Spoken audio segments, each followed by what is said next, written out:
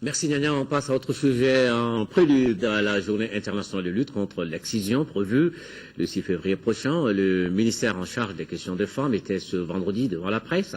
Il s'agissait d'exposer aux hommes des médias le rôle joué par le gouvernement du Mali dans la lutte contre la pratique à travers le programme national. C'est un reportage de Mamourou Sidibé.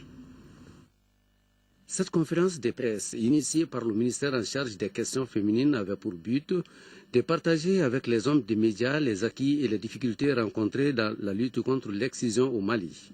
Consciente des défis de la protection et de la promotion des droits de la femme et de l'enfant, particulièrement l'abandon de la pratique des MGF, les autorités du Mali ont réaffirmé leur engagement par divers actes, dont la signature et la ratification, entre autres, des conventions internationales, nationales et sous-régionales.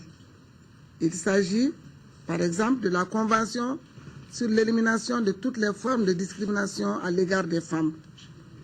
Parce que vous savez, quand la communauté... ont animé les débats, dont le suivi des villages d'abandon et l'épineuse question d'adoption de la loi interdisant la pratique. La prévalence tourne autour de 80%, donc il y a beaucoup à faire encore pour atteindre l'objectif tolérance zéro au MGF excision.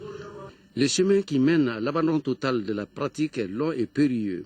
La presse constitue alors pour le programme un grand soutien dans la diffusion de l'information et un vecteur important pour le changement des comportements.